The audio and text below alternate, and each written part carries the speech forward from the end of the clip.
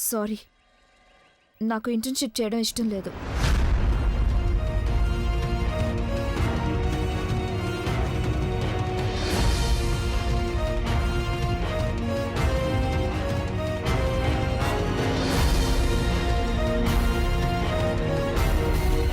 అరే అదేంటి అలా అంటున్నావు? గంగా, నువ్వు చాలా లక్కీ. చాలా కొద్ది స్టూడెంట్స్కి ఇంత తొందరగా ఇంటర్న్షిప్ దొరుకుతుంది. ఎందుకు వద్దంటున్నావు? కారణం ఏంటని నేను చెప్పలేను, కానీ నువ్వు నా గురించి ఇంతగా ఆలోచించినందుకు నీకు థ్యాంక్స్ చెప్తున్నాను.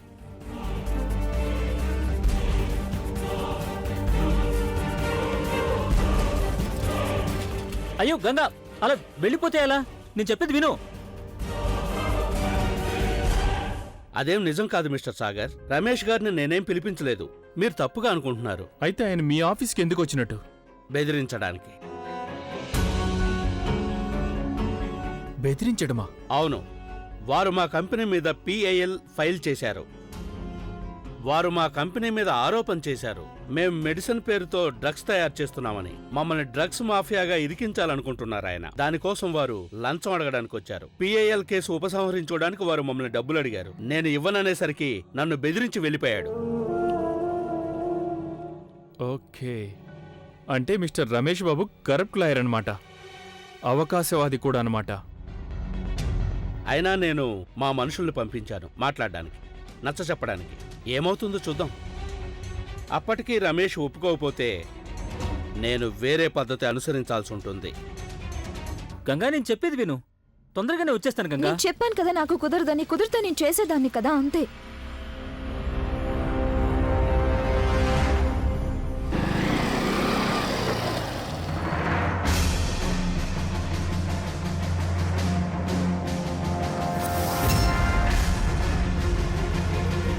బైక్ వాడు పక్క నుంచి తీసుకెళ్ళు, చంపేయాలి వాడిని.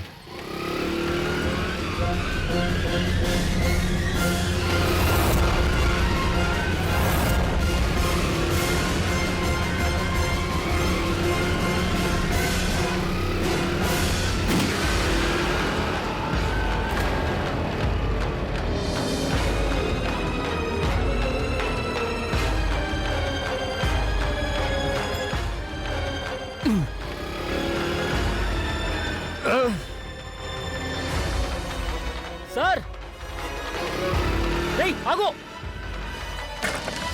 రే ఆగు, రే ఆగరా. చంపాలంటే ఎదురుగా వచ్చి చంపు. ఇలా చాటుగా చంపడం అనేది మగతనం అనిపించుకోదు. ఇలాంటి వాడికి భయపడని చెప్పు.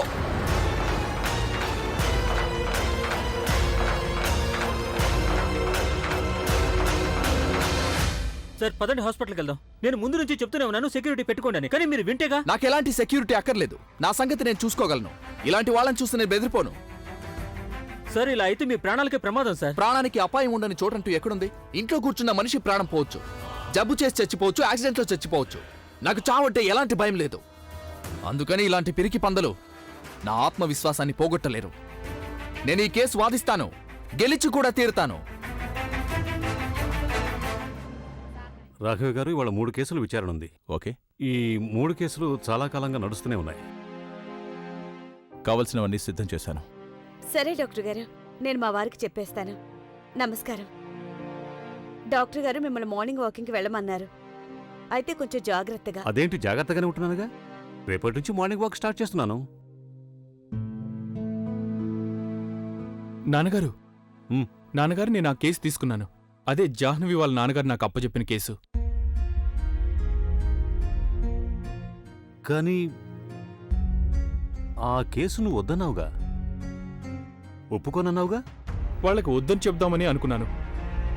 అయితే ఆ కంపెనీ మీద PIL ఫైల్ చేసిన వ్యక్తి రమేష్ గారని తెలిసి నేను నా అభిప్రాయం మార్చుకున్నాను. అంటే నువ్వు రమేష్ కంటే బెటర్ లాయర్ అని రుజువు చేసుకోవాలనుకుంటున్నావు అన్నమాట. కాదు నాన్నగారు, నేను కూడా ఉద్వేగంతో కాకుండా మైండ్ ఉపయోగించి వాదించగలని మీకు తెలిసేలా చేయాలనుకుంటున్నాను. అలాగే ఖచ్చితంగా రమేష్ గారి కంటే మెరుగైన వాదన చేసి చూపిస్తాను మీకు. అలాగే ఈ కేసు నేనే గెలుస్తాను. Very good. ఇలాంటి ఫైటింగ్ స్పిరిటే ఉండాలి అందరిలోనూ. సాగర్, ఈసారి నువ్వు 100% సాధించాలి. అన్ని వాస్తవాలు అలాగే అన్ని వివరాలు నువ్వు బాగా స్టడీ చేయాలి. ఏ లాయర్కైనా తన క్లయింట్కి సంబంధించిన అన్ని విషయాలు తెలిసి ఉండాలి. నీకు గుర్తుందిగా పోయినసారి నీ క్లయింట్ నీకు చెప్పకుండా ఎన్నో నిజాలు దాచి ఉంచిన సంగతి? ఎస్ నాన్నగారు, నాకు గుర్తుంది. కానీ మీరేం భయపడకండి, ఈసారి అలాంటిది ఎంత మాత్రం జరగదు. ఆ కంపెనీ విషయంలో అన్ని వివరాలు తెలుసుకున్న తర్వాతే కేసు ఒప్పుకున్నట్టుగా సంతకం పెడతాను నేను. Good. All the best. Thank you నాన్నగారు.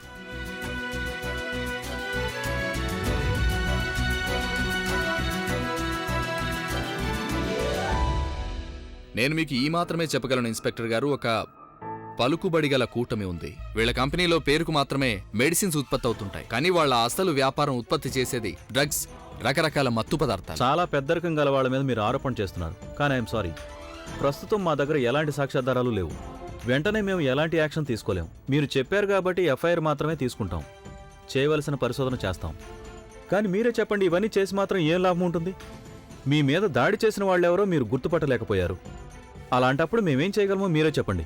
కోర్టు ఎదురుగా పట్టపగలు ఎవరో వీరిని షూట్ చేశారు. అయినా పోలీసులు ఏం చేయలేరని మీరు అంటున్నారు. అసలు నేను చూశాను కదా, నాతో పాటు ఇంకా చాలా మంది వాళ్ళని చూసే ఉంటారు కదా. వాళ్ళని అడిగి తెలుసుకోండి. ఆ నేరస్తుల్ని నా ముందు నిలబెట్టని నేను చెప్తాను. కానీ వాళ్ళని పట్టుకోవడం మీరు చేయాల్సిన పనేగా. మేడం, మీరు మాకు ఏ పని ఎలా చేయాలో చెప్పకండి. మా పోలీస్ వాళ్లకు ఎప్పుడు ఏం చేయాలో ఆ సంగతి చాలా బాగా తెలుసు. మీరు చెప్పిన ప్రకారం ఎఫ్ఐఆర్ నమోదు చేసుకున్నాం. మీరు కొంచెం ఇక్కడ సంతకం పెట్టండి.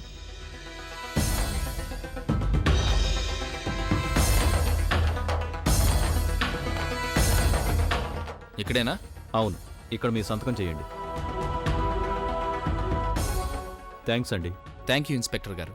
ఒక్క నిమిషం వకీల్ గారు, మీరు ఇలా పెద్దవాళ్లతో తలపడాల్సిన అవసరం ఏముందని నేను మళ్ళీ అంటున్నాను. హాయిగా ఉండగా కష్టాలు కొని తెచ్చుకోవాల్సిన అవసరం ఏముంది? ఆ తర్వాత మీ ఇష్టం. మీరు చూపిస్తున్న కన్సర్న్కి మీకు చాలా థ్యాంక్ యూ ఇన్స్పెక్టర్ గారు. మళ్ళీ కలుద్దాం.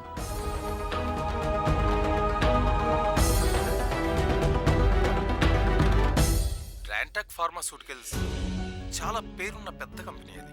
అది మాత్రం నేను ఖచ్చితంగా చెప్పగలను. ఆ కంపెనీ ఓనర్ని కూడా నేను 2-3 సార్లు కలిశాను.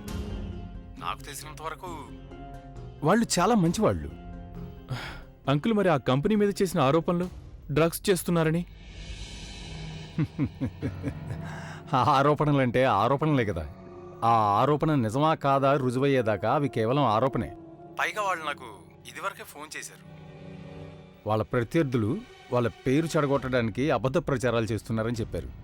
వాళ్ళు చెడ్డ పని చేసే వాళ్ళ కనిపించలేదు నాకు. అందుకే నీ పేరు చెప్పాను. అంటే సరైన వారు వేరేవారు ఉంటారు. ఓకే అంకుల్, మీరు చెప్తున్నారంటే ఆ ఆరోపణలు తప్పు అయ్యే ఉంటాయి. థ్యాంక్స్. Okay okay, bye. ఏమైంది? ఏదైనా తెలిసిందా? అంకులేమో వాళ్ళు మంచివాళ్లే అంటున్నారు. అయినప్పటికీ మన సైడ్ నుంచి రీసెర్చ్ చేయక తప్పదు.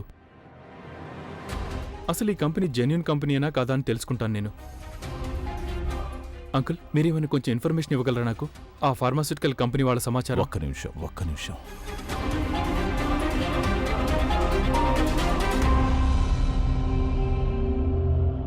ఆ ఇన్స్పెక్టర్ ఎఫ్ఐఆర్ తీసుకోవడానికి కూడా ఒప్పుకోలేదు. మరి చట్టాన్ని కాపాడాల్సిన వాళ్లే ఇలా నేరస్తులకు భయపడి వాళ్ళని వెనకేసుకొస్తే మరి ఎలాగా? ఏం అర్థం కావడం లేదు. రిలాక్స్ గంగా, నువ్వు లాయర్ కావాలనుకుంటున్నావు కదూ. ఇక నీ ప్రొఫెషనల్ కెరీర్లో ఇలాంటివి తరచుగా వస్తుంటాయి. నిజానికి మళ్ళీ ఇలాగే జరగొచ్చు. అలాంటప్పుడు ఆ పోలీసు వాళ్ళ మీద మండిపడితే ఏం లాభం? అతను ఎవరో చేసిన ఆర్డర్స్ని పాటిస్తున్నాడు. ఎవరు ఆర్డర్స్? అవును, ఆ మినిస్టర్ ద్వారానే నాకు ఆ ఫార్మాస్యూటికల్ ఓనర్తో పరిచయం అయింది. అసలు నేను వేరొక లాయర్ని రికమెండ్ చేయబోతుండగా సాగర్ కెరీర్కి హెల్ప్ చేయమని నువ్వు నన్ను అడిగిన విషయం గుర్తొచ్చింది. వెంటనే నేను సాగర్ పేరు రికమెండ్ చేశాను. ప్రస్తుతం సాగర్ పూర్తిగా తన కెరీర్ మీదే కాన్సన్ట్రేట్ చేశాడు. మీరు చాలా మంచి పని చేశారు నాన్న. థ్యాంక్స్ నాన్న. బాయ్. యువర్ ఆనర్, నేను చెప్పేది ప్రూవ్ చేసే నిమిత్తం నా దగ్గర ఒక ఇంపార్టెంట్ డాక్యుమెంట్ ఉంది.